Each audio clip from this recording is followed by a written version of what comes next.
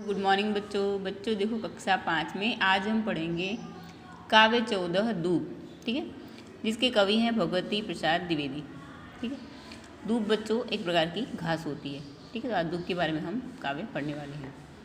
धरती की छाती से लिपटी नन्ही नन्ही प्यारी दूब, आपस में गलबहियाँ डाले करती सबसे यारी दूब। आंधी आती तूफान आते नहीं तनिक घबराती दूब, पेड़ उखड़ते डाल टूटती पर मुस्कान लुटाती दूब। रात रात भर ओस कणों से जमकर नित्य नहाती दूब, सूरज की किरणों के संग सतरंगे खेल रचाती दूब। ये हमारे काव्य का वांचन। अब काव्य को हम समझेंगे। ठीक है, धरती की छाती से लिपटी नन्ही नन्ही प्यारी दूब। देखो बच्चों, जहाँ पे दिखाया गया जैसे दूब कैसी घास किस तरह की होती है कि जैसे ये दो भाग हैं, दो पत्ते, उसमें से एक पत्ते, तो ऐसे 3 पत्तों वाली यह दूब होती है। और बच्चों आपको पता होगा दूब कौन से भगवान को प्रिय है? गणपति जी को। तो चौथ वगैरह होती है, गणपति जी को कुछ त्यौहार वगैरह होता है तो गणपति जी को दूब चढ़ाई जाती है।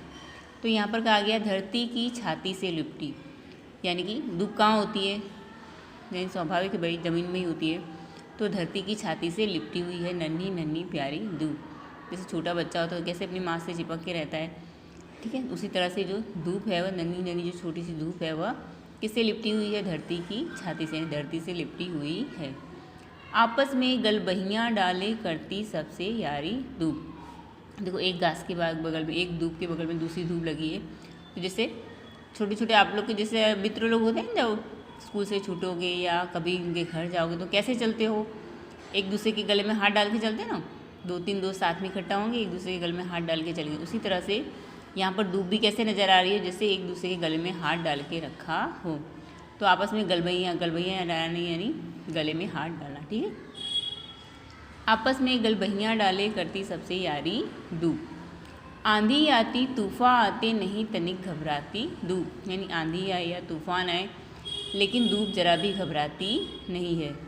पेड़ उखड़ते डाल टूटती पर मुस्कान लुटाती दूब, यानी कितनी भी आंधी तूफान आए पेड़ उखड़ जाएंगे, डालियाँ टूट जाएंगी पर दूब को कोई नुकसान नहीं पहुंचता है। वो झुकती है और फिर खड़ी हो जाती है, यानी हमेशा मुस्कान लुटाती है दूब। रात रात भर ओस कणों से जमकर नित्य नहाती दूब। रात रात भर ओस कणों से यानी रात रात भर, जैसे अभी ठंडी का मौसम है तो आप लोग देखना बच्चों, सुबह आप जल्दी उठोगे देखोगे तो कोहरा छाया रहता है। तो वह यानी जो नमी होती है ना, वातावरण में जो नमी होती है वह ओस के रूप में धरती पर आती है। और यह नमी जो पानी की तरह जो नमी होती है वह दूब, यानी दूब और जैसे और जो वनस्पतियाँ होती हैं ना उन पर, जैसे केले का पत्ता देखना आप, केले के पत्ते पे ऐसे वो जो पानी की बूंदें मोती की तरह चमकती हुई नज़र आती हैं। तो वातावरण की जो नमी है वह ठंडी के मौसम में धरती पर आती है। तो वह किससे? यानी रात रात भर ओस कणों से, यानी ओस, उसे हम ओस कहेंगे। ठीक है, तो उस ओस की कणों से रात रात भर दूब नहाती है, यानी दूब के ऊपर रात रात भर ओस गिरती रहती है। ठीक है, सूरज की किरणों के संग सतरंगे खेल रचाती दूब। तो जैसे मैंने आपको बताया ना, पत्तों के ऊपर जब ओस गिरती है और जब सूरज निकलता है तो सूरज के प्रकाश से वह जो पानी की जो बूंद होती है ना वह चमक उठती है। तो कैसी दिखाई देती है? सतरंगी दिखाई देती है, जैसे इंद्रधनुष होता है ना उस तरह।